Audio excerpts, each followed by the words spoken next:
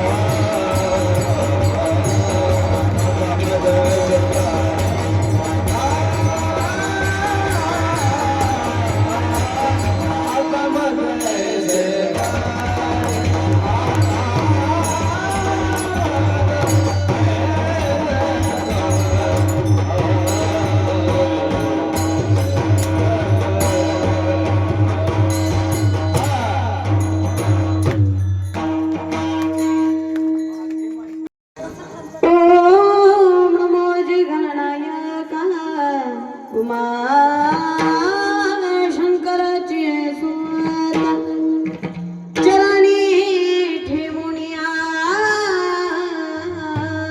माथा साष्टांग नमन दंडवत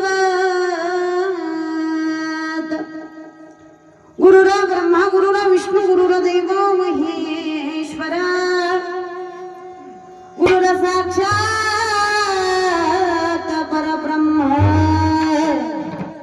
तस्मै श्री गुरुवे नमः महायोग पीठे तटे भीमरथा परम पुंडरीकाय मणींद्रे समागत्य तिष्ठमुतमानन्दकन्दमो परब्रह्मलिङ्गं भजे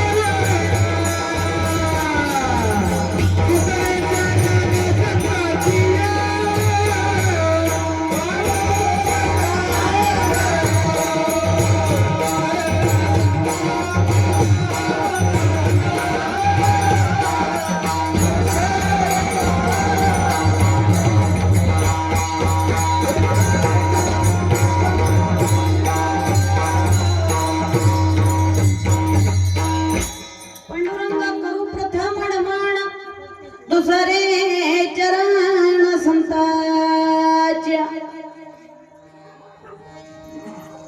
दुर्बुद्धी ते मना कदा पदो नारायण आता मजाईसे करी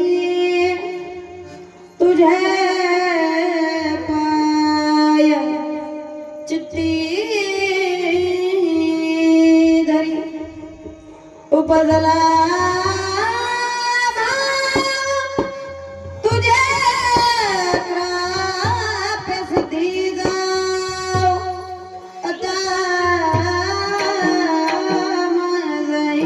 सक तुझे पाय चित्ती धरी तुका म्हणे आता लाभ नाही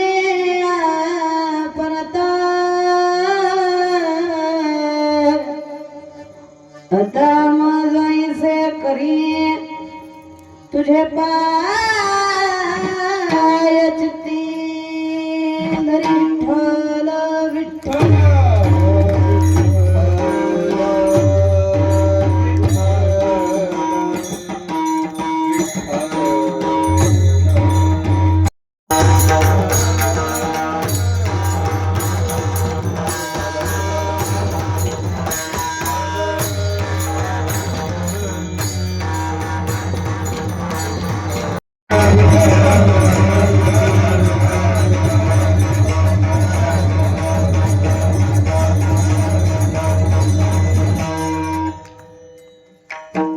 सुसंस्कृत सुशिक्षित परमार्थिकाची नगरी असणारी कलवाडी प्रतिवर्षाप्रमाणे चालत असलेला अखंड हरिनाम सप्ताह श्रीमद ग्रंथराज ज्ञानेश्वरी पारायण सोहळा व तसेच श्रीमद भागवत पुराण कथामृत सोहळा चालत असलेल्या सप्ताहातील आजचा कितवा दिवस आहे? 7वा दिवस. उद्या काला. उद्याच्याला असणारा काला आजच्या दिवसाच्या 7व्या दिवसाचा मागणीपर प्रकरणातील रतनवधासारख्या अज्ञान बालकाच्या पदरी आलेल्या महाराज. पहिल्या दिवशीचा आणि 7व्या दिवशीचा महाराज जरा बांधलेला असतो बरं, कारण की 7व्या दिवसाच्या महाराजाला मागणी परत बोलावा लागतं. सेवेकरिता निवडलेला अभंग वारकरी संप्रदायाचे थोर संत असणारे जगद्गुरु तुकोबारांचा 4 चरणाचा सर्वांच्या पाठांतरातला आणि आजच्या कारणाला उपयुक्त असा अभंग आहे महाराज. विठ्ठल विठ्ठल.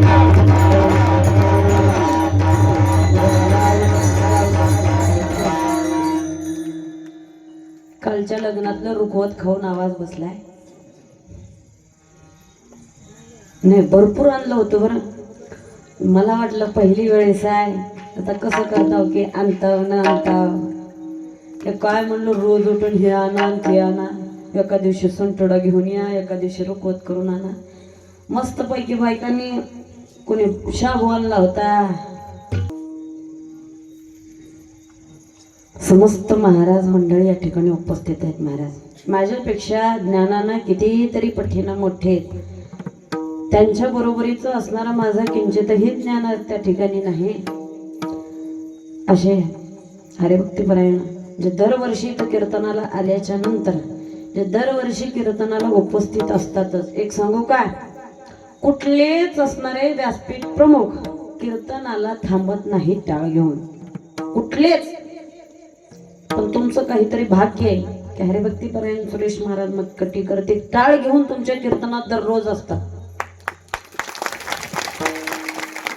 कोटी महाराज तुमचं कौतुक करावं तेवढं थोडं आहे बरं का. तुमचे कोटी कोटी धन्यवाद. सोमेश्वर महाराज सुंदर अशा प्रकारचे चाल म्हणले बरं का. आता ज्याचे माय बापच याच्यामध्ये आहेत महाराज, ते लेकर कसे येणार नाही. त्यांच्या सहपत्नी असणाऱ्या ताई सुद्धा इथं उपस्थित आहेत. वातावरण तयार करायला त्या हाडातूनच असावं लागतं. दादा 7 दिवसापासून तुमच्या ठिकाणी इथं उपस्थित आहेत. त्याचप्रमाणे त्यांच्या बाजूला असणारे तुम्ही आता कथेमध्ये यांना बघितलंच आहे. आमचे तुकाराम दादा असतील. हसरा चेहरा सगळ्याकडं, कोण कसं का राहिना त्याला मिळून मिसळून घ्यायचं, खांद्यावर हात टाकून चला. बोलणारा का राहिना, नाका बोलणारा राहिना, त्याला बोलायला लावणार म्हणजे लावणार महाराज. तुम्ही बायका कथेमध्ये असणार पाऊल खेळत नव्हता, पण खेळायला लावलं की नाही, लावलं की नाही, काही का असं ना. आता ह्यानी खेळच नात म्हणला, लगेच म्हणलं रडू नको बाळा, चालू की नाही. तुमचा पाय थांबला का, थांबला नाही की नाही. त्याला असणारे याच्यातूनच इथूनच असणारे ती प्रति आहे महाराज. पोटातूनच कुठलंही प्रेम असावं लागतं. आमचे दादा असतील. श्रीमद भागवत गावाला येणं म्हणजे जोक नाही बरं का. तो माझा लहान भाऊ ज्ञानेश्वर वटकुळकर, कार्यकर्ते मंडळींचे महाराज. आम्ही या गावात आल्यापासून ते गावाच्या बाहेर पडेपर्यंत शिव असणारा तेवढ्या वेळामध्ये काहीतरी 5-6 तासामध्ये कुठल्या तर गोष्टीची आम्हाला कमतरता तुम्ही पडू दिली नाही बरं, कुठलीच गोष्टीची नाही महाराज. कारण की महाराज करणाऱ्याला त्याच्यामधलं तुम्हाला काहीतरी समजलं, तुम्ही थोडं तरी ज्ञान त्याच्यातलं घरी घेऊन गेलात तर त्याचा फायदा आम्हाला आहे. ग्रंथ म्हणजे हा असणारा तुम्हाला सांगणं म्हणजे सोपी गोष्ट नाही. तुम्हाला वाटत असेल की नाही बोलले 7 दिवस निघून गेले, नाही महाराज. हा ग्रंथ असणारा जोपासणं म्हणजे एक जिम्मेदारी आहे. हे सोपी गोष्ट नाही, एक यज्ञ केल्याच्या पलीकडचं आहे.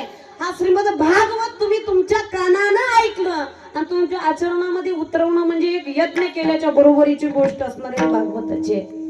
आणि येणं म्हणजे सोपी नाही. आमच्या भागात, आमच्याकडं महाराष्ट्रामध्ये जर भागवताची आरती म्हणलं तर परगाववरून लोक येतात आम्हाला तुमच्या गावातल्या श्रीमद भागवताची आरती जोडीनं द्या म्हणून मागायला येतात, होळीनं थांबतात महाराज. आणि त्या आरती करायला मिळणं म्हणजे कितीतरी जन्माचं पुण्य लागतं. आणि जे दाम्पत्य ते जोडीनं आरती करतं की नाही त्याच्या कितीतरी असणारा पुण्याचा साठा आपल्यावरती जमा होतो. आणि त्याच वेळेला ती असणारी आरती आपल्याला भेटते. उगा सोपी गोष्ट नाही. आणि तो ग्रंथ आपल्या ठिकाणी येणं, त्याची गावामध्ये प्रदक्षिणा, तुमच्या पाठीमागे एक कारण आहे. जात असताना आमच्या गावात गल्ली बोळात जेवढे आमच्या गावातली जेवढी विघ्न आहेत की नाही, तुमच्या सोबत घेऊन जा. आणि त्यांच्या सोबत असणाऱ्या त्या विघ्नांचा त्याच्यासाठी प्रत्येक ठिकाणी हा ग्रंथ सुद्धा असणारा फिरवावा लागतो. कारण की याचं पावित्र्य एवढं मोठं आहे. या पालखी असणारी एवढी मोठी असणारी काढण्याचं कारणच तेवढं एक आहे की फक्त आणि फक्त त्याच्या नामस्मरणामध्ये, आपल्या वर्षभरामध्ये, आपल्या 7 दिवसामध्ये आपण जे नामस्मरण केलं, जो श्रीमद ज्ञानेश्वरी ग्रंथ वाचलाय, जो श्रीमद भागवत कथा केली, त्याच्यामुळे असणारा आपली ठिकाण सगळं परिसर असणारा दुमदुमून जातो. कारण की या मंत्रामध्ये, या उच्चारामध्ये, त्या ज्ञानेश्वरीतल्या श्लोकामध्ये इतकी ताकद आहे की त्याच्या नामस्मरणानं आपले सगळं परिसर चक्क होऊन जातो. सगळे वाईट विकार, कोण आपल्या गावामध्ये वर्षभर येतंय, कोण जातंय, कुणाच्या रूपानं वाईट वृत्ती येते, कुणाच्या रूपानं काय काय येते, ते सगळं धुवून जाण्याचं काम हा सप्ताह करतो. म्हणून हे सप्ते करण्याची गरज आहे. सप्ते करा नका असं म्हणायचं नाही, पण सप्त्याच्या शेवटी 4-2 तरी पोरांना असं वाटलं पाहिजे की आपल्या गळ्यात माळ घालून घेतली पाहिजे.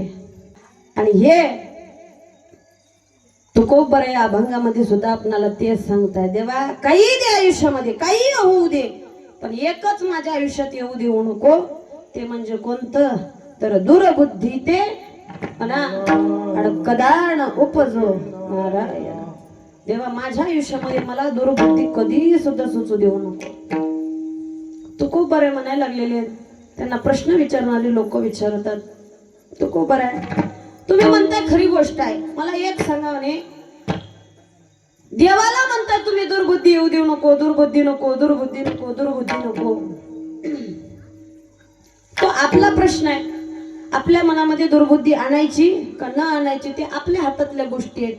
तर तुकोबर आहे म्हणले, एक सांगू का, माणसाची बुद्धी इतकी चपळ आहे, हे मन एवढं चपळ आहे की कीर्तनात बसतं आणि घरी जाऊन 10 वेळेस चक्रा मारत की नाही. एखाद्या बाईनं असणारी एखादी गोष्ट कुठं ठेवलेली असावं आणि घरी असतापर्यंत तिला आठवण येऊ नये, आणि कीर्तनात आली की आठवण यावं की बाहेरच्या खिडकीवरती मी कानातलं असणार गळ्यातलं नेकलेस काढून बाहेर खिडकीवर ठेवून आले. तिने कीर्तनात बसेल का? जरी बसली जाताना भीती वाटते अंधारात म्हणून, तरी कीर्तनात मन लागणार नाही. सगळं मन खिडकीवरच्या नेकलेसवरच. तिनं म्हणाल हिनं कीर्तन कधी संपवती आणि मी घरला कधी जाते. कारण की हे मन एका ठिकाणी राहणारी वस्तू नाही. तुकोबर म्हणले, आहा, कारण की हे थांबूच शकत नाही. त्याच्यासाठी असणार तुला एकच माझी कळकळीची विनंती आहे देवा, की माझं चित्त माझ्या मनामध्ये वाईट लोकांविषयीचे विषय येऊ देऊ नको.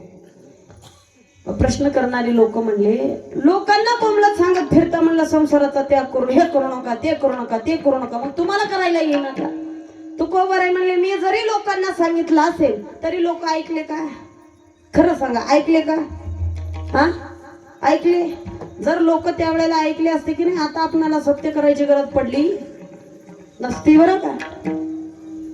लोकांनी ऐकलं नाही. तुकोबर आहे ना, प्रश्न करण्याला विचारलं, तुकोबर आहे मग मला एक सांगा, तुमचं जर लोकांनी ऐकलं नाही, पोराडगे ऐकले नसतील हो, शहाणी तर ऐकले असतील की 50 ओलांडलेले, शहाण्या सुद्धा लोकांनी ऐकलं नाही का?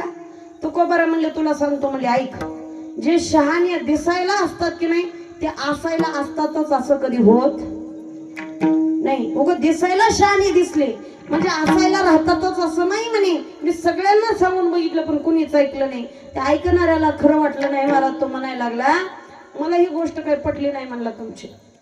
तुम्ही म्हणताय बरं आहे काय की शहाणे दिसायला असतात पण असायला असत नाहीत, पण ही काय गोष्ट पचत नाही म्हणला. काही लोकांनी असणारे आपलं आयुष्य घालवलेलं आहे, कित्येक 50 पावसाळे बघितले, मग त्या लोकांना कसं समजत नाही म्हणलं तुम्ही सांगितलेल्या गोष्टी. महाराज म्हणले, काही अशी येडे असतात म्हणलं की त्यांना किती सांगून काही कळतच नाही. तुम्ही म्हणाल असं का बरं? उदाहरण सांगते म्हणजे लक्षात येईल, ऐका. विठ्ठल,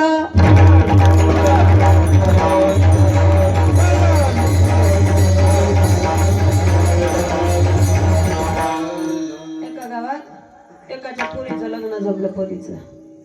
पोरीचं लग्न जमलंय. बाप उठला, आणि त्यावेळेला असणारं पोरीचं लग्न जमल्याच्या नंतर त्या बापानं असणारं फोन लावला महाराज. कोणाला? त्या नवरदेवाच्या वडिलांना फोन लावला.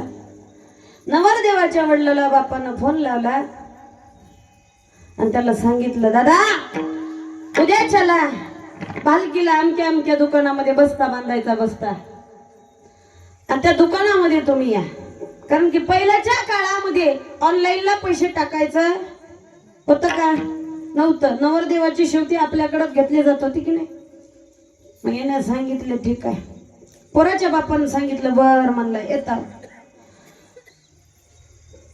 दुसरा दिवस उजाडला. पोराच्या बापानं पोराला सांगितलं, दारे भालकीला अमक्या अमक्या दुकानामध्ये असणार तुझे शेवतीचे कपडे घ्यायचेत म्हणा, आणि पोरीचे वडील त्या दुकानात येतात. आता एकटा पोरग धाडू नये. नवरदेव झालेला एकटा धाडता येत नाही, त्याच्यासोबत 2-4 धाडावे लागतात. काल सांगितले होते बघा मी तुम्हाला. काय म्हणतात त्यांना? हा हा तेवढं मात्र ध्यान ठेवलं बघा. लांडगे आहे की नाही. ते 4 जे होती की नाही, 4 घेतले महाराज नवरदेवाच्या सोबत. पोरीच्या बापाने विचार केला नुसते पोराडगीचा धंदा होऊ नये म्हणला, आणि एक शाणा माणूस पाठवावा. त्याच्यासाठी त्यांचा मोठा भाऊ होता, कार टोपी पांढरे शुभ्र कपडे, धोतराचा चाळक बगलत मारून, कुरकुर वाजायचा बूट घालून. कारभारी असेच असतात की नाही. तुमच्याकडे नाही, आमच्या महाराष्ट्रात नाही. नंबर 1 असणारा कारभारी थोरला भाऊ घेतला आणि त्यांना सांगितलं, अण्णा पोरीच्या बापाने शेवतीचे कपडे घ्यायला सांग बोलवलेला आहे, आणि जावा. निघाली अण्णा. 4 पोरं नवरदेव आले भालकीला. दुकानामध्ये गेले. राम राम राम राम राम राम झाला. जो असणारा दुकानाचा मालक ज्या ठिकाणी खुर्चीवरती बसला होता की नाही, त्या खुर्चीच्या बाजूला खुर्ची टाकली आणि या ताईट अण्णाला त्या खुर्चीवर बसवलं महाराज. पोरीचा बाप एका कोपऱ्यामध्ये जाऊन बसला आणि अण्णांना सांगितलं, जावा म्हणलं पोरांनो, मध्ये जाऊन आतमध्ये जावा आणि जाऊन तुम्ही शेवतीचे कपडे घ्या. तुमच्या मनावरती कसले पाहिजे तसले घ्या. त्याला काय खिशातले द्यायचे होते का? नाही. गेलं पोरं आतमध्ये गेले. गेल्याच्या नंतर पोरांनी त्या दुकानातल्या पोराला सांगितलं, दाखव म्हणलं कपडे. त्यानं पहिला कपडा दाखला. त्याने विचारलं, कस रुपये मीटरचा आहे? त्यानं म्हणलं 500 रुपये मीटरचा. त्याने म्हणलं ह्याच्यापेक्षा भारी लावतो म्हणलं आम्ही, हे असले हलकी लेवत नाही, दुसरा दाखव. त्यानं 1000 रुपये मीटरचा दाखवला. 1500 रुपये मीटरचा झाला. 2000 झाले, 3.5 झाले, 4 झाले, 4.5 रुपये मीटर पर्यंतचा कपडा दाखवला. पण या लांडग्याने एक बी पसंत केलं नाही. नवरदेवाचं काही चालूच देत नाही. नवरदेव म्हणला हे बरं आहे की नाही. नाही नाही म्हणला, तुला सासरवाडीचं लय पूळ काही उलालं म्हणलं, आज लगीन बी झालं नाही. त्यानं म्हणलं माझं काही नाही म्हणलं, तुम्हाला कसलं घ्यायचे तसलं घ्या. नवरदेव मागं उभं टाकलं. त्यानं म्हणलं ह्याच्यापेक्षा महागाचा दाखव. दुकानातलं पोराला राग आला आणि त्यांना सांगितलं, आमच्या दुकानातले ह्याच्यापेक्षा महागाचे कपडे संपल्यात म्हणला, जावं घरला. चारीला बी राग आला की तळपायाच्या आग मस्तकाला गेली. हे म्हणायला लागले, चल रे म्हणलं, एवढं एकच दुकान आहे का म्हणलं ह्याचा भालकीत, दुसऱ्या दुकानात बघू. आता इथला चहा पिल ते दुसरीकडे प्यायला जायचं होतं अद्रक टाकून. अद्रक टाकून ज्यांनी ज्यांनी पाजवलाय की नाही तेवढे हसले. आज नका लय चहा झाले. नाही नाही, थोडं अद्रक टाकून आता काय मला वाटतं 2 लिटर चहा झाला असेल आज दिवसभरात. तुमचं प्रेम मात्र एवढा 7 दिवसामध्ये माझ्यावरती किती झालं एवढं कळालं बरं का महाराज. कारण की माणसाला, तुम्हाला रोज बी मी ते सांगत होते की माणसा पैसा कुठेही कमवू शकतो, पण माणसं कमवायला मात्र जास्त दिवस लागतात. थोडके दिवसामध्ये तुम्ही आपलंसं करून घेतलं, याच्यातच माझ्या स्वतःवरती माझा असणारा आनंद आहे महाराज. ज्या वेळेला हे पोरं ताड ताड ताड ताड करत दुकानाचा मालक जिथं बसला होता की नाही तिथं आली. तिथं मला एक सांगा, आता तुम्ही बसलेले कलवाडी, किती जरी करोडो रुपयाचा मालक असू द्या कुठल्याही दुकानाचा, किती बी गरीब माणूस असणारा दुकानात आला तर त्या माणसाला टाकून बोलतो का? कधीच नाही महाराज. दुकानाच्या मालकाला असणारी चर्चा ऐकू आली, पण दुकानचा मालक कुठून उभा टाकला आणि चाललेल्या 4 पोरांना समोर बोलावलं, बोलायला लागलेलं, काय झालं दादा, काय झालं. ते पोरं म्हणले तुमच्या दुकानात आम्हाला कपडे घ्यायचे नाही. त्याने म्हणले का? नाही नाही म्हणला, तुमच्या दुकानातलं पोरग कपडे नीट दाखवत नाही. नाही म्हणलं, चला अण्णा उठा, दुसऱ्या दुकानात जाऊन बघू. दुकानचा मालक म्हणला, तर पोरं गरम दिसते. दुकानच्या मालकाच्या तळपायाची आग मस्तकाला गेली, पण काहीच एकही शब्द बोलला नाही. वापस खुर्चीवरती बसला आणि बाजूला बसलेले जे अण्णा होते की नाही, कुणाचे? माझे. हा मला वाटलं झोपी चालव का काय की कुठं. नवरदेवाचे त्या अण्णाच्या कानात हळूच असणारा नवरदेव तो दुकानचा मालक म्हणायला लागला, अण्णा ऐका, पोराडगीचा धंदा नको म्हणे. तुम्ही सगळे असणारी मोठी लोक आहात म्हणला, माझ्याशिवाय तुम्ही कपडे कुठंच घेत नाही मला माहिती आहे. तुम्ही महागाचे कपडे लेवता. अण्णा आतापर्यंत ह्याच्या दुकानला कधीच गेला नव्हता.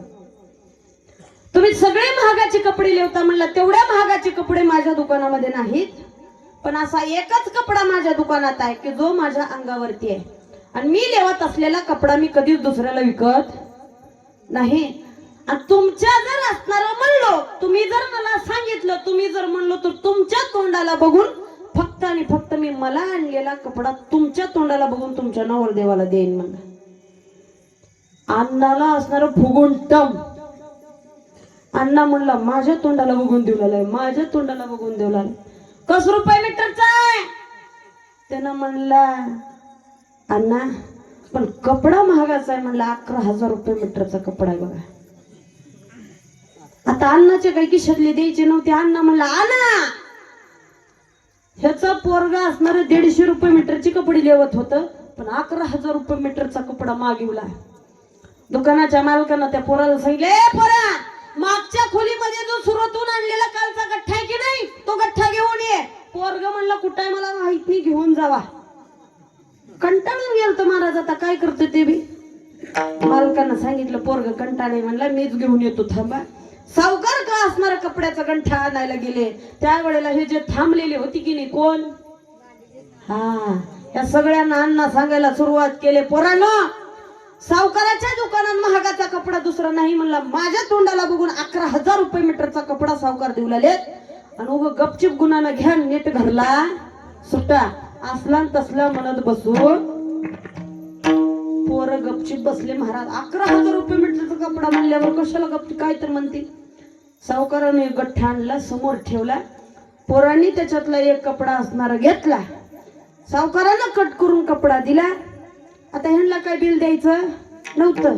एका मागे एक एकू एकू एकू एकू दुकानच्या बाहेर पडले, चप्पल घातले, निघाले. महाराज टमटम मध्ये बसले, नीट कलवाडीला आले. आता हे निघून गेले. कोपऱ्यात बसलेल्या पोरीचा बाप हे सगळं झालेलं दृश्य बघत होता. कोपऱ्यात बसलेला पोरीचा बाप उठला, समोर आला, दुकानच्या मालकाला विचारायला लागला, सावकार किती झाले असणाऱ्या नवरदेवाच्या शेवतीचे कपड्याचे पैसे?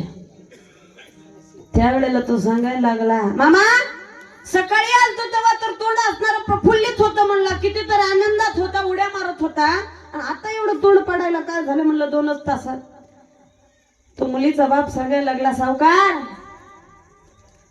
अहो आमच्यासारखी गरीब लोक 10,000 मध्ये अख्ख्या असणाऱ्या सोयऱ्या धायऱ्याचा बस्ता बांधून येतो आम्ही, पण या 4,500 रुपये पर्यंत जर नवरदेवांना स्वतःचे कपडे पसंत केले नसतील तर तुमच्यापासून किती हजाराचे कपडे घेऊन गेले मला काही माहिती नाही. आजचा दिवस पोराचे असणाऱ्या नवरदेवाच्या शेवतीचे कपडे देतो, उद्याच्याला येऊन बाकीचा बस्ता घेऊन जातो, कोणाकडनं तर व्याजानं पैसे काढतो. एवढा ऐकल्याबरोबर दुकानचा मालक म्हणायला लागला, मामा तुमच्या जे जावयानं असणारे शेवतीचे कपडे घेऊन गेलेत की नाही, त्या कपड्याचे पैसे असणारा तो कपडा फक्त 1100 रुपये मीटरचा आहे म्हणला. 1,500 द्या घेऊन जा. पोरीच्या बापानं आनंदानं 2,000 रुपये काढले, काउंटरवर ठेवले, उड्या मारतच घरला गेलो. मला दृष्टांत संपला, सिद्धांत सांगायचा आता नीट ऐका बरं का. शहाणी माणसं दिसायला दिसले म्हणजे असायला राहत नाही. 11,000 रुपये मीटरचा कपडा कोण सांगितला होता? अण्णानं, आहे की नाही? मग अण्णा शहाणा होता का येडा निघाला? मग तेवढ्या अण्णानं पावसाळे खाल्लेले काही उपयोगाचे आले का? मग हे तुकोबरांना प्रश्न करणारी लोक प्रश्न करायला लागलेले, तुकोबर आहे तुम्ही ज्या शहाण्या लोकांना सांगितलं, पोराडगे ऐकले नसतील, माळा घालून घेतले नसतील, भजनाला गेले नसतील, वाईट अस्तरी विकार सोडले नसतील, पण शहाणे माणसं तर ऐकले असतील की तू को बरं म्हणले बाबा, दिसायला शहाणे दिसतात म्हणजे असायला नसतात रे बघा. त्याच्यासाठी तर मी म्हणतोय देवा, माझ्या मनामध्ये या जनाविषयी किती जरी हे लोक माझं ऐकत नसतील तरी सुद्धा यांच्याविषयी माझ्या मनात विचार वाईट येऊ देऊ नको. अभंगाच्या पहिल्या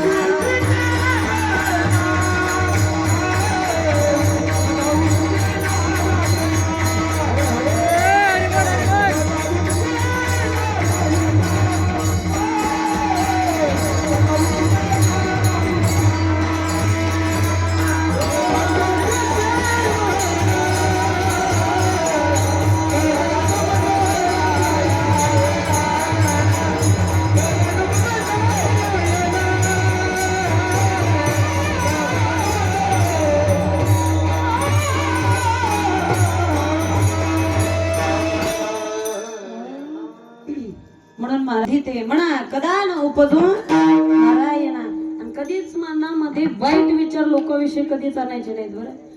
आपण जर दुसऱ्या विषयीचा वाईट विचार करायला लागलो तर आपली वाट लागल्याशिवाय राहत नाही. आता तुम्हाला माहिती आहे की नाही, ज्या वेळेला पांडवांचा राजसूय यज्ञ बघण्यासाठी दुर्योधन गेला, 1000 वर्ष चाललेला असणारा तो यज्ञ तो बघितला महाराज डोळ्याने, आणि बघितल्याच्या नंतर त्याचे डोळे फिरले, विचार करायला लागला की हे पांडव असणार अर्ध राज्य घेऊन असणार त्या इंद्रप्रस्थाला जाऊन राहिले.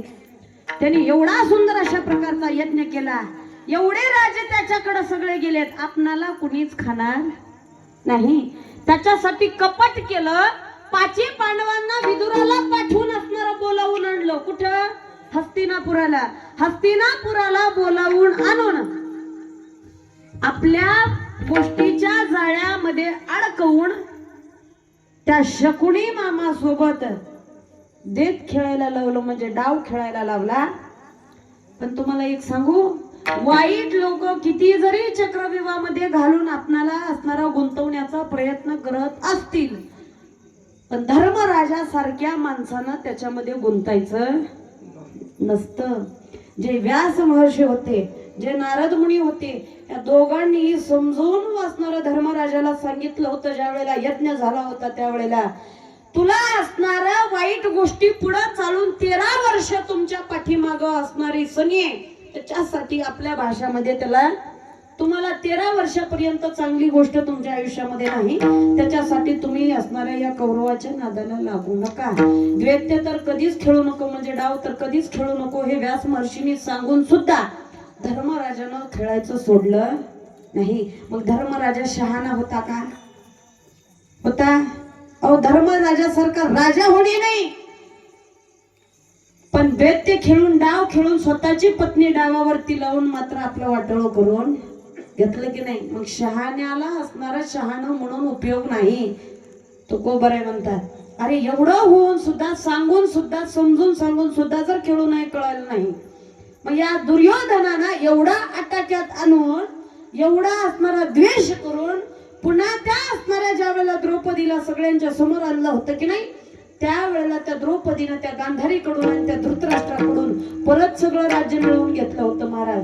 पुन्हा परत हे इंद्रप्रस्थाला गेलेले होते, पुन्हा यांचं राज्य सुरुवात झालं होतं, तरी सुद्धा दुर्योधनाला चैन पडेना. दुर्योधनानं सांगितलं, एकदा एखाद्या सापाला 2-4 फटके मारले, जिवंत सोडून दिलं, ते साप गप्पा बसेल का? काय करेल? पुन्हा तपास काढेल की नाही? कशासाठी? आपला चावा घेण्या, आपला जीव घेतल्याशिवाय थांबेल का?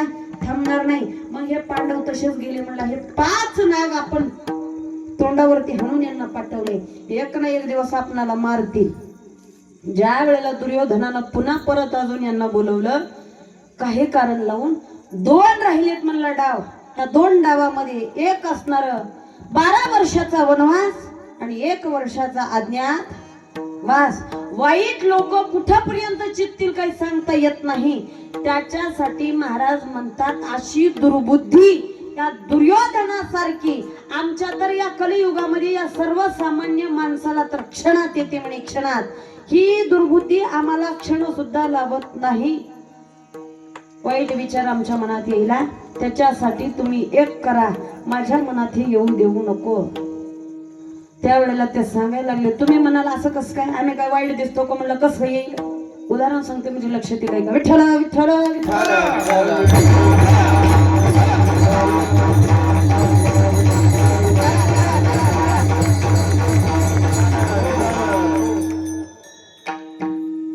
एक पोरग 12वीला पास झालं महाराज. 100 पैकी 97% मार्क पडले. पोरांना हातामध्ये मार्कशीट धरली, पळतच घरला आले. आई आई आई, माईला कसलंच लिहिता वाचता येत नव्हतं, माई पीठ तिंबत होती. माईच्या समोर असणारा त्यांना ते मार्कशीट धरली आणि सांगायला लागला, आई मला 100 पैकी 97% मार्क पडलेत. म्हणला वर्गात मी पहिला आहे. माईला दिसत नव्हतं, कळत नव्हतं, त्याच्यातलं काहीच कळत नव्हतं. तसाच असणारा पिठाच्या हातानं कुतूहला नसणारा माईनं मार्कशीट लेकराची पकडली. त्याच्यातली एकही गोष्ट तिला समजत नव्हती, पण तरी सुद्धा माईचा आनंद गगनात होता. महाराज, माझं लेकरू पहिला आलं. माय आनंदी होती. माईनं सांगितलं, पिंट्या जा जाऊन तुझ्या बापाला दाखव, तोपर्यंत मी काहीतरी नवीन खायला करते. पिंट्यानं लगेच मार्कशीट घेतली, वडिलाकडे गेला. गोठ्यामध्ये असणाऱ्या जनावरांना चारा पाणी करणारे वडील, पोरग गेलं जाऊन असणाऱ्या बापाच्या समोर असणारे धरली. बाबा बघा, मला 100 पैकी 97% मार्क पडलेत. बापानं म्हणलं मग काय लई शपासकी कमी होली का? म्हणलं 3 मार्क का बरं कमी पडले? 3% का बरं कमी आहे? त्यानं म्हणलं वर्गात पहिला आहे, असलाच तर काय झालं? म्हणले 3 मार्क कमी इतके नाही, मग काय शपासकी नाही म्हणली एवढी. पोरग नाराज झालं, पण तरी सुद्धा पोरग म्हणायला लागलं, बाबा अहो माझी 10वी झाली म्हणला, आता मी 11वीला जाणार. आता गावातली शाळा संपली, तालुक्याच्या ठिकाणी जावं लागेल, आणि त्याच्यासाठी असणार मला तुम्ही एक मोटरसायकल घेऊन द्या. बाप म्हणला गुन्हा येतून जा म्हणला, नव्हती तिथलं रूमनच काढतो बघ म्हणला. आता गपचूप सट म्हणलं, मोटरसायकल नाही काही नाही म्हणलं. पोरग रडत रडत माईकडे आलं. माईने विचारलं, का झालं पिंटू, रडायला का झालं? आता तर आनंदात होतास. त्यानं सगळी घडलेली घटना सांगितली. बाबाला मोटरसायकल घेऊन द्या म्हणलं तर घेऊन देत नाही ताई, काय करू म्हणला. एवढे टक्के घेऊन सुद्धा काय उपयोग आहे? बाकीच्यांना 70-75 पडले तर त्यांचे वडील घेऊन देतात म्हणलं. माझ्या बाबाला माझ्या मार्कशीटचं कौतुक नाही. एवढा ऐकल्याबरोबर माईनं जवळ घेतलं महाराजांना. माई म्हणायला लागली, पिंट्या असेच मार्क की नाही असाच अभ्यास कर, आणि असेच मार्क तू 12वीला घे, आणि 12वीला तू एवढे मार्क घेतलेस की नाही, तुझ्या वडिलांचा मी विचार करणार नाही, माझ्या हातातली पाटली विकेन आणि तुला मोटरसायकल घेऊन दे. माईनं सांगितलं. महाराज पिंट्या खुश झाला. अजून 2 वर्ष चला म्हणलं, चालतंय. 2 वर्ष निघून गेले. 12वीला पिंट्यानं तेवढ्याच जोमानं अभ्यास केला आणि तेवढेच मार्क घेऊन दाखवले, आणि पळतच माईकडे आला. आई आता बघ. माईने हातातली मार्कशीट बघितली, पोराला 12वीला सुद्धा तेवढेच मार्क पडलेले. माईनं आपल्या हातातली पाटली काढली, नसणाऱ्या पोराच्या हातात दिली. जा जा बिदरला जाऊन असणारी गाडी घेऊन ये. पोरग म्हणलं, आई तुझ्या हातातली पाटली मी माझ्या हाताने विकणार नाही म्हणला, तू माझ्या सोबत चल. गाडी घेतल्याच्या नंतर पहिल्यांदा मला तुलाच माझ्या गाडीवरती बसवायचंय. माई सोबत निघाली. दोघही गेले. सोनाराच्या दुकानामध्ये असणारी पाटली विकली. शोरूम मध्ये गेले. सगळं काही कागदपत्र झाली, आणि कागदपत्र झाल्याच्या नंतर असणारा गाडी घेतली, पालत पडून चालवायची. घेतली महाराज. गाडी घेतली, पाठीमाग आईला बसवला, आणि आईला बसवून असणार दोघही गावाकडच्या दिशेनं निघाले. आता बिदर वरनं असणारा हायवेला गाडी लागलेली आहे. दोघांचं बोलणं सुरुवात आहे. 5 मिनिटं 10 मिनिटं गेली. शहराच्या बाहेर गाडी पडली. हायवे होता. पिंट्यानं विचार केला, ह्या गाडीची स्पीड नेमकी किती आहे बघावं म्हणला, आणि स्पीड वाढवायला सुरुवात केली. स्पीड वाढायला लागली. स्पीड वाढायला लागली. माई म्हणायला लागली, पिंट्या सावकाश गाडी चालव, एवढ्या जोरामध्ये गाडी नेऊ नको, दमानं चाल. पिंट्यानं थोडी गाडी स्लो केली, पण 5 मिनिटं निघून गेले. पुन्हा गाडीची स्पीड वाढवली. महाराज माय म्हणायला लागली, बाळा मला कधी गाडीवरती बसून असणारी सवय नाही रे. आम्ही सरकारच्या एसटी मध्ये फिरणारी लोक. गाडी सावकाश चालव पिंट्या, सावकाश घे, मला गाडीवरती बसायला येत नाही, दमानं चालव, दमानं चालव, दमानं चालव. पण पिंट्याची माय जेवढं स्पीड कमी करायला होत होती, तेवढी पिंट्याची स्पीड वाढत होती. महाराज पिंट्याची स्पीड गाडीची वाढायला सुरुवात केली. माय म्हणायला लागली, बाळा थांबव थांबव म्हणले असताना मी मागच्या मागे उडून जाईल. पिंट्या गाडी थांबव, दमानं चालव, सावकाश घे, सावकाश घे, सावकाश घे. पण पिंट्याची गाडी असणारा 60, 70, 80च्या स्पीडनं धावायला सुरुवात केली. गाडीचा वेग सुटलेला आहे, आणि तेवढ्याच वेगामध्ये एक समोरून भरलेला ट्रक यायला दिसला. माईच्या डोळ्याला ट्रक दिसलेला आहे. आता पिंट्याच्या तर गाडीची स्पीड कमी होत नाही. पिंट्या स्पीड कमी करत नाही. माय म्हणायला लागली, पिंट्या पुढून ट्रक यायला लागलाय, स्पीड कमी कर, कमी कर, कमी कर. ट्रक समोरून आला, इकडून पिंट्याची गाडी आली. दोघं एका जागी आल्या बरोबर. जेवढ्या स्पीडनं असणारी ट्रक आलती की नाही, तेवढ्या स्पीडनं पुढे गेली, आणि पिंट्याची गाडी कडक कडक कडन घरला नीट कलवाडीला आली. तुम्हाला काय वाटलं? बायानं तर अशा बसल्या होत्या जसं की मला खात्यात की काय. बाया प्रतिक्रिया द्यायला चालू केल्या काय की नाही. माय पोरानं माईला घातलं हाय की नाही. वाटत होतं की नाही. मग ह्यालाच दुर्बुद्धी म्हणतात, दुसरं कशाला म्हणणार. तुम्हाला वाटलं की ज्या वेळेला ट्रक आणि गाडी एका ठिकाणी आली त्यावेळेला दोन्हीची वाटलं की नाही. दुर्बुद्धी दुसरी कसलीच नाही. आपल्या मनात आलं का त्याचं त्याने रस्त्यानं निघून गेला असेल. हायवेला डिवायडर असतात, त्यानं त्याच्या रस्त्यानं जात आहे, यानं याच्या रस्त्यानं जात आहे. मनानं विचार केला का?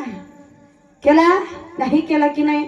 मग दुसरं तिसरं काहीच नाही. चांगला विचार या माणसाच्या मनात कधीच येत नाही.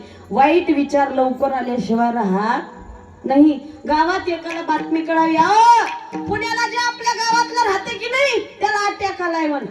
भारतीच्या बट्ट्यावर बसलेले 4 जण म्हणतात, कधी येणार आहे गावाकड. कोण ते पुण्याचं गेलं म्हण की माणूस. त्यांना अजून जिवंतच आहे तिथं, मस्त शेप खावलाले मध्ये बसून. पण इथं बसणारे म्हणते गेलंय म्हण की. किती वाजता येणार आहे, कितीचा टाइम दिला. याला दुर्बुद्धी म्हणतात. म्हणून तुकोबाऱ्या म्हणले, देवा अशी दुर्बुद्धी माझ्या मनात कधी येऊ नाही. प्रश्न करणारे तुकोबाऱ्याला म्हणतात, तुम्ही देवाला हे मागणं मागताय, खरी गोष्ट आहे तुकोबाऱ्या. मग हे मागणं मागण्याचा अधिकार आपल्या जवळ येण्यासाठी काय करावं लागतं. महाराज म्हणले, हातानं टाळेन मुखानं नामस्मरण. कोणतं करावं तुकोबाऱ्या. तर महाराज म्हणतात, विठोबा रखुमा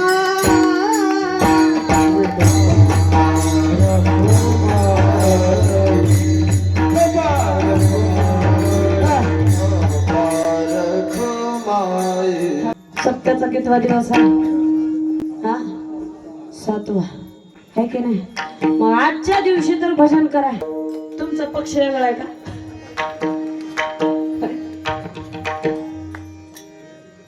कराय माय करा. आता असेच राहू द्या. चहा झालाय का बघून येते. थंडी वाजलेली की करा रे. हा विठोबा रखुमा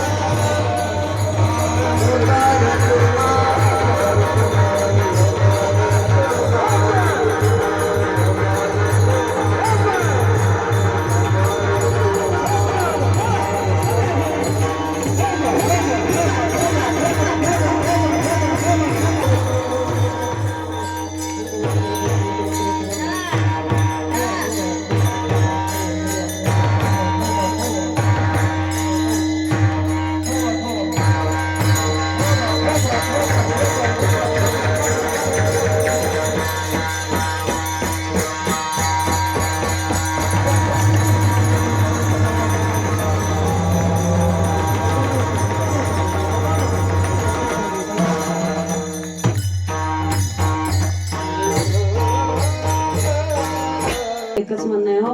ह्या 3.5 हाताच्या नरदेहाला लागलेली एक सवय आहे की आम्ही करायचं ते करत नाही, न करायचं ते केल्याशिवाय राहत नाही. करतो का, राहतो का, राहत नाही महाराज.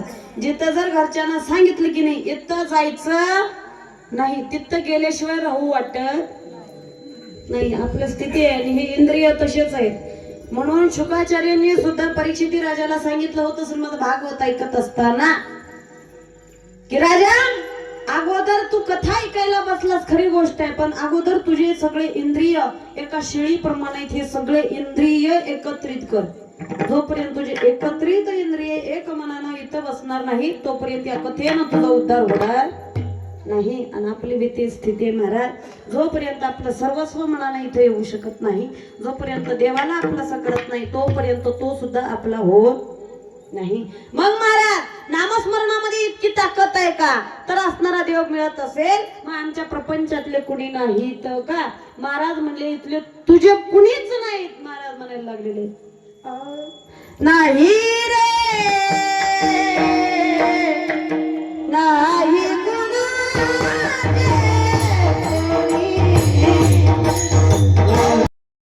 मेल्या मागे सर्व राहिले तुटतील धागे दोरे. ज्या वेळेला आपण मरू की नाही त्यावेळेला सगळे आग पेटून निघून जातील, पण तुला पोळते का आणि तू इथं कसं राहशील कोणी विचारायला राहणार नाही. इतकं या प्रपंचाचं असणाऱ्या महाराज सांगायला लागलेले तिथले तुझे सुख देणारे नाहीत बाबा. एक जण उठून उभं टाकलं तुकोबारांना म्हणायला लागलं महाराज कुणी नसतील म्हणला, पण माझी बायको मात्र माझ्यावर लय प्रेम करते. बायको विषयी बोलायचंच नाही. एक सांगू का, जिच्या गळ्यामध्ये काळ्या मण्याचं मंगळसूत्र घातल्याच्या नंतर तिला आयुष्यभर बसून बसावं लागतं, ती बायको शेवटी म्हणते बाईल म्हणे खर मरता तरी बरे नाशी येले घर थुंकोणिया. शेवटी असणारी तीच म्हणते या प्रपंचाच्या नादाला लागून बसलो तर फजितीच आहे महाराज. याच्यामध्ये सुखाची प्राप्ती किंचित सुद्धा नाही, फक्त क्षणापुरतं सुख आहे. तुम्ही म्हणाला असं का बरं? उदाहरण सांगते म्हणजे लक्षात येईल का? विठ्ठल विठ्ठल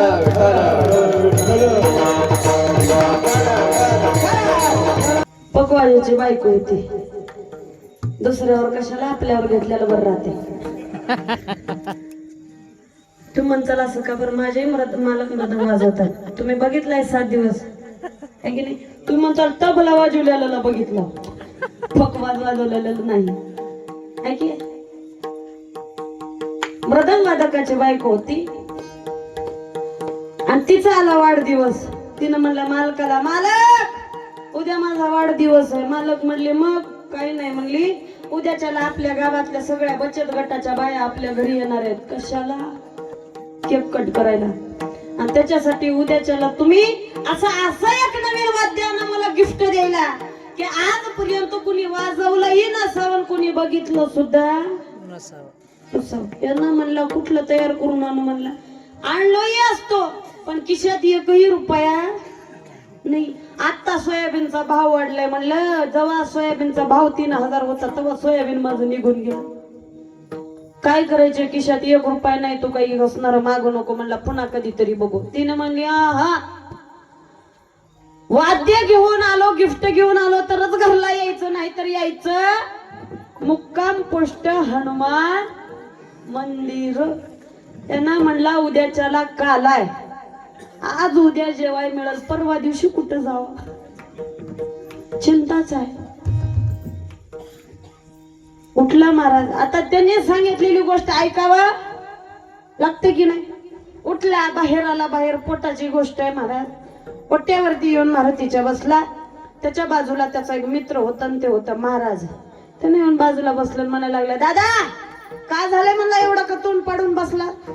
काय नाही ग म्हणला महाराज, उद्या बायकोचा वाढदिवस आहे. बायकोना सांगितलंय काहीतरी नवीन वाद्य घेऊन या. माझ्या खिशात असणार 1 रुपया नाही. म्हणला आणू कुठून? महाराजांनी सांगितलं काहीतरी दुसरं गिफ्ट दे किंवा. त्यांना म्हणलाय तुला काय सांगतो? म्हणला पैसे नाही देत तर तिला असं वाद्य पाहिजे, असं गिफ्ट पाहिजे, उद्या गावच्या सगळ्या बाया आमच्या घरी केक कापायला येणार आहेत. म्हण असं गिफ्ट पाहिजे की आजपर्यंत कुणीच कुणाला दिलं नसावं. कंटाळून गेलं का म्हणला असल्या ह्या मागण्याला ना असल्या पैसे असणार उधळण्याला काय उपयोग आहे? म्हणला असल्या संसाराचा ज्या प्रपंचामध्ये कसलीच तडजोड नाही. त्यांनी सांगायला लागला एवढा कंटाळा असतो? म्हणला हो एवढा कंटाळून गेलो. मग तू घरी जा म्हणला, आणि जाऊन सांग उद्याच्याला घेऊन येतो म्हणून. त्यानं म्हणला कुठून आणणार? त्यानं म्हणला तुला का करायचे, मी घेऊन येतो की म्हणला. यानं म्हणला माझ्याकडे 1 रुपया नाही बघ म्हणला, पैसे नाही. महाराजांना सांगितलं फुगट आहे म्हणला, फुगट. त्यानं म्हणला मग 2 घेऊन ये. फुगट आहे की नाही, 2 आण म्हणला. त्यानं म्हणला 1च घेऊन येतो, तीच तुला भारी पडते म्हणलं, दम खा जरा. त्यानं घरी जाऊन सांगितलं बायकोला उद्याच्याला आपल्या घरी वाद्य येईल, महिला मंडळ तुझ्या सगळेजण किती वाजता? तिने म्हणले 5:30ला येणार आहेत, 6ला केक कट करायचा मुहूर्त आहे म्हणले. बर ठीक आहे चालतंय, 5:30 वाजेपर्यंत इथं वाद्य येईल. त्यानं जाऊन मोठेपणानं घरी सांगितलं की बायकोला फुगट येणार आहे, 1 रुपया द्यायची गरज नाही. सकाळी 6 वाजता महाराज उठला आणि नेट कुंभाराच्या घरला गेलं. तुमच्या गावात आहेत का? नाहीत का? भालकेला जावं लागते. हा, कुंभाराच्या घरी गेलं ना, असा डेरा घेतला. कळतंय का तुम्हाला डेरा? हा, डेरा घेतला, शेतात गेलं, मोठ्या पिंपळाचं झाड बघितलं, त्याच्यावरचा आग्या मोहळ उठवलं आणि त्या आग्या मोहळाच्या माशा बसतील तेवढ्या गच्च तेवढ्या डेऱ्यात भरल्या. मग मरून येणे पालती गाठली आणि अख्ख्या पुऱ्या डेऱ्याला पेपर चिटकवला महाराज. कोणता? Gift paper. आणि वर एक चिठ्ठी लिहिली आणि चिटकवली. घरी येऊन बसला, 5:30 वाजले. अख्ख्या कलवाडीच्या बाया नंबर 1च्या जशा कथेला येऊ लागते की नाही, काटापत्राच्या साड्या घालून तशा निघाल्या महाराज. तैट झाल्या तैट. कोण पग पाडला, कोण बंद लावून, तैटच्या तैट होऊन बाया आल्या.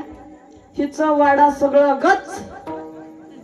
हिनं मालकाला फोन लावला, 5:30 वाजलेत, गावच्या बाया गोळा झाल्या, अजून तुमचं गिफ्ट आलं नाही.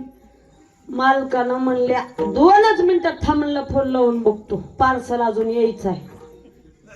फोन लावला, महाराज इथं मला सुख लागू दे ना म्हणला, ये पटकन. ह्यानं म्हणला त्याची तर वाट बघला म्हणला तुझ्या फोनची. दुपारपासून तयारच आहे मी. आणलं महाराज, मित्राच्या हातात, दादाच्या हातात गिफ्ट घातलं. दादानं गिफ्टाला बघायला चालू केले. ह्यानं म्हणला मी असला वादक काय म्हणे, पण आजपर्यंत असले वाद्यच मी कधी बघायला नाही. कुठून आणलास म्हणला. त्यानं म्हणला मी महाराज आहे आणि तू वादक आहे, माझ्या नादाला लागू. त्यानं म्हणला का बर, फुगट आहे की नाही, मग घेऊन जा म्हणला गपचिप. गेलं की नाही. त्यानं म्हणलं बरं चांगलं दिसायला लागले, पण वाजवायचं कसं म्हणला याला. त्याच्यावर चिठ्ठी लिहिली आहे म्हणलं, वाच. त्या चिठ्ठीवरती लिहिलं होतं हलवून वाजवणी.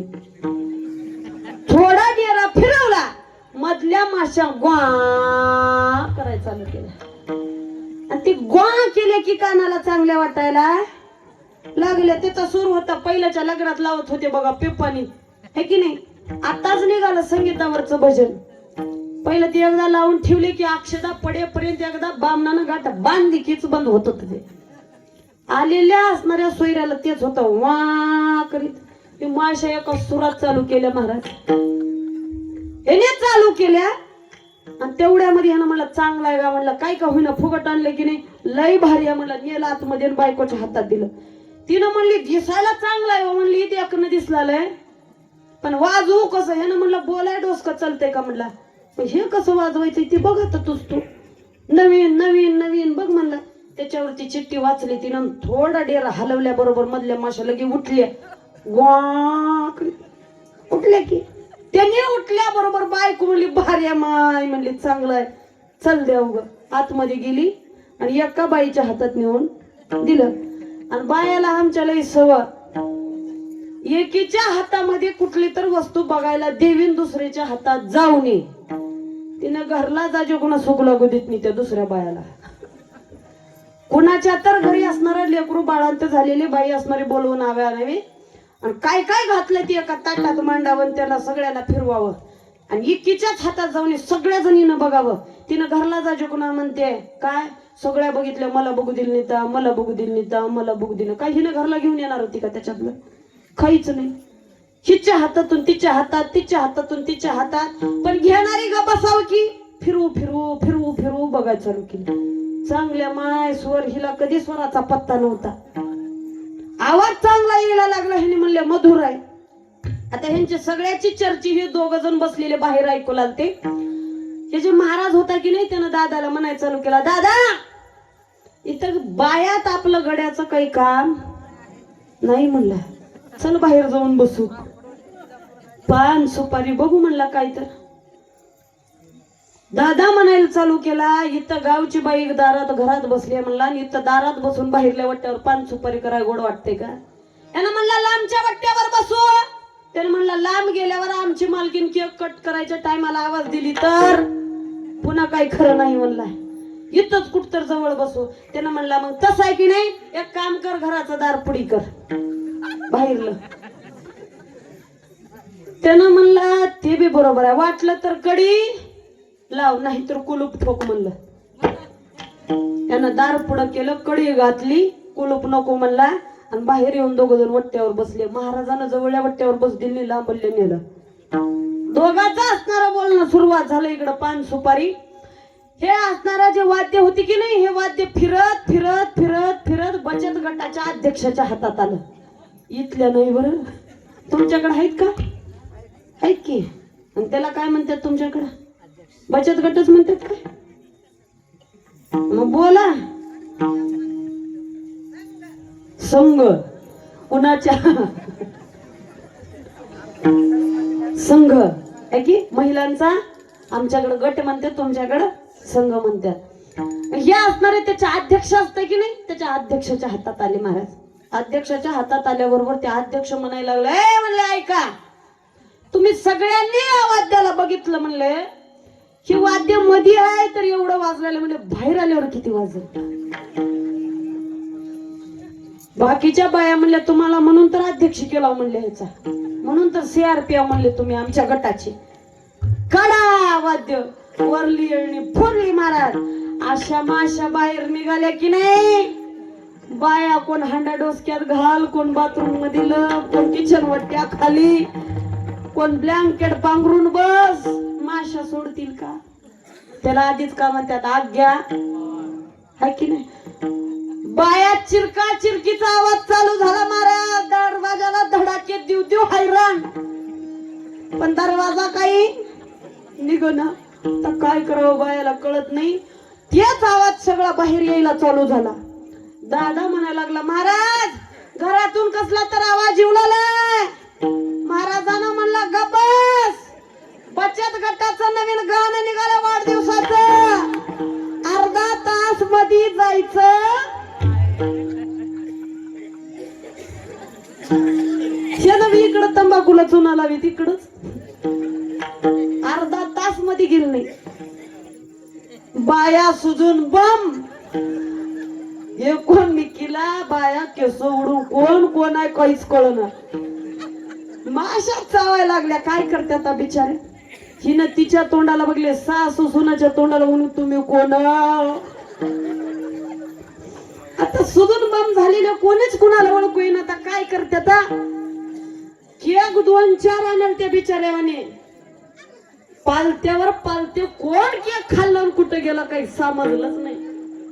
माशा म्हणले अजून वाजवा, आम्हाला वाजवा. दम खायना गेल तो, हिच्या हातातून तिच्या हातात, तिच्या हातातून तिच्या हातात. उग माशा चावून चावून दमल्यान जाऊन भीतीवर बसले महाराज. अर्ध्या तासाच्या नंतर येऊन हळू दार काढलं. सगळ्या घराचा धिंगाणा धिंगाणा. वाट करत करत करत करत केकचं असणारं टेबल होतं की नाही, त्या टेबलाच्या जवळ आला आणि म्हणायला लागलं, मावशी. तिनं म्हणली, मी का मावशी आव का? ह्याचीच बायको होती, सुजून बम झालती, ह्याला ओळखू ये ना. गेलती महाराज. त्याच्यासाठीच सांगणार, दृष्टांत संपला सिद्धांत आहे का बरं. या प्रपंचाच्या या संसाराच्या जर नादाला लागलो तर आपली हीच फजिती आहे शेवटी. ह्या संसारातलं या प्रपंचातलं आपल्या सोबत कुणी येणार नाही, आणि याच्यातले कुणी सुख देणारे नाही, तरी सुद्धा आम्हाला ह्या प्रपंच सुटत नाही. म्हणून तुकोबराय म्हणतात, देवा त्याच्यासाठी तुला म्हणतोय की माझ्या आयुष्यामध्ये ह्या प्रपंचाच्या आशेला पडून दुसऱ्याचं वाईट करण्याची माझ्यामध्ये वृत्ती ही बुद्धी येऊ देऊ नको. दुर्बुद्धी ते म्हणा कदा न उपजवणारा येणा. आणि महाराज म्हणतात, आता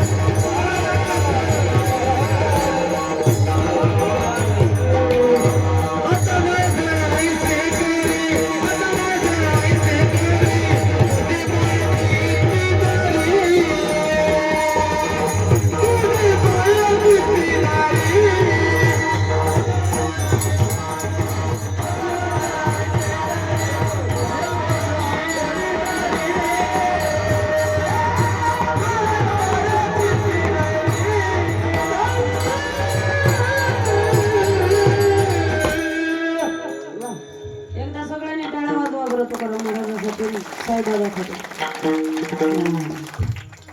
झोप उडाली का?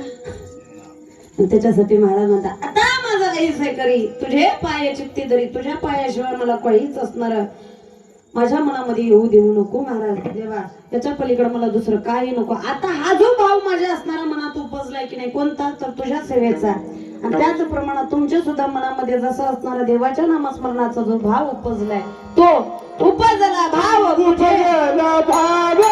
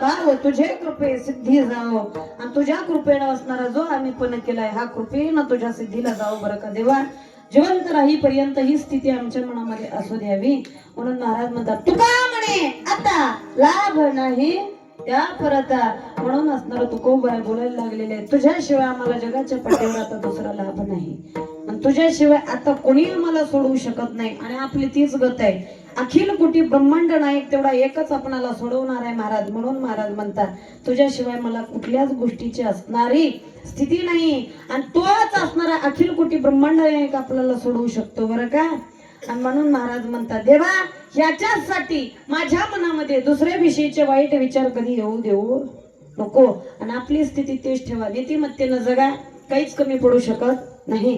दुसऱ्याच्या विषयीचे वाईट गोष्टी बोलत बसण्यापेक्षा देवाचं नामस्मरण करा. कधीही आपण तरुण जाऊ, कधीच आपल्याला कुठल्या गोष्टीची कमतरता पडणार नाही.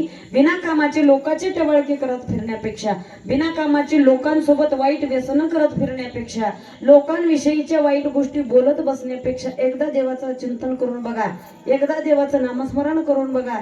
पुन्हा कशाची सुद्धा आठवण येणार नाही. महाराजाची स्थितीचे वातावरण म्हणजे हा अख्खी वारकरी संप्रदाय आहे. आणि या संप्रदायामध्ये जोपर्यंत माणूस येत नाही तोपर्यंत याची खरी किंमत कळत नाही. त्याच्यासाठी इथं यावंच लागतं, इथं बसावं लागतं, याला ऐकावं लागतं. त्याच्यासाठी आपल्या लेकरांना होता होईल तेवढं इकडे आणण्याचा प्रयत्न करा. त्या असणाऱ्या म्हाताऱ्यांच्या पाठीमाग पुढची पिढी याच्यामध्ये येणं गरजेची, काळाची गरज आहे. महाराज, प्रत्येक तरुणाच्या गळ्यामध्ये एक तुळशीची माळ, कंपाळावरती चंदनाचा टिळा लावलाच पाहिजे. आणि जो माणूस याच्यात आहे त्या माणसाला तो देव कधीच काही कमी पडू देत नाही.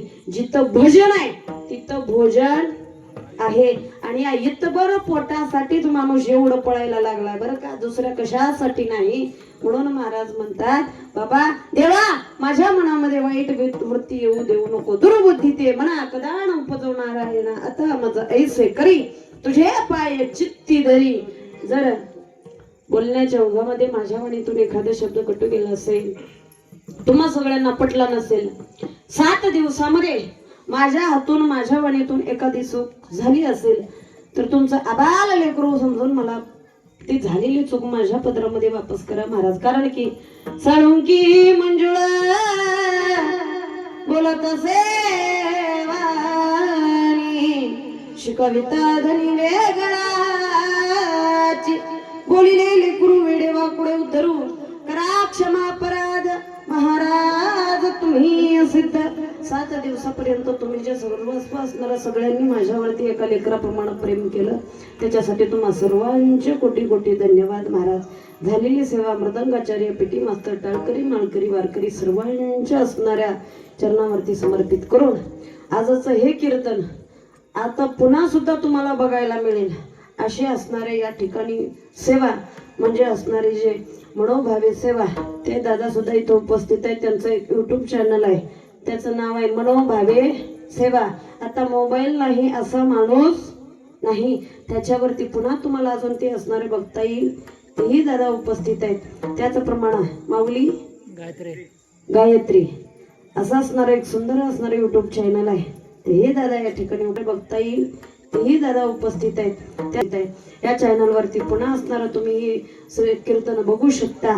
पुन्हा आपला कलवाडीचा सप्ताह जर बघायचा असेल दणदणीत झालेला तर पुन्हा असणारा हा सप्ताह बघण्यासाठी या चॅनल वरती हे कीर्तन बघू शकता. 7 दिवसापर्यंत जी आपली श्रीमद भागवत कथा झालेली आहे आणि ती कथा बघण्यासाठी अलकाताई तळेगावकर ऑफिशियल या असणाऱ्या चॅनल वरती तुम्ही मोबाईल वरती अलकाताई तळेगावकर चॅनल ऑफिशियल असणारा टाकल्याच्या नंतर हे आज 7 दिवस जे श्रीमद भागवत कथा आपण ऐकलेली ही असणारी कथा पुन्हा पुन्हा तुम्हाला बघायला मिळेल, ऐकायला भेटेल. हीच कथा त्या असणाऱ्या YouTube चॅनल वरती आहे. त्याचप्रमाणे झालेली सेवा सगळ्यांच्या चरणावरती समर्पित करून माझ्या सेवेला पूर्ण विराम महाराज ज्ञानेश्वर माऊली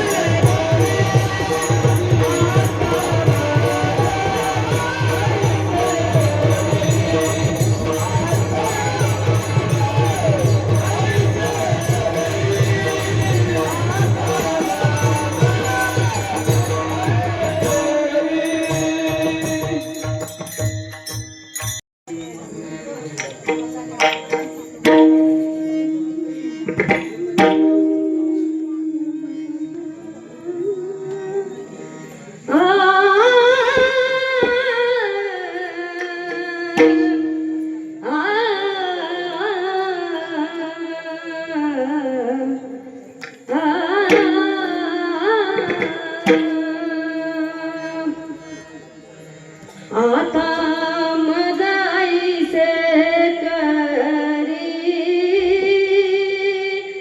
आता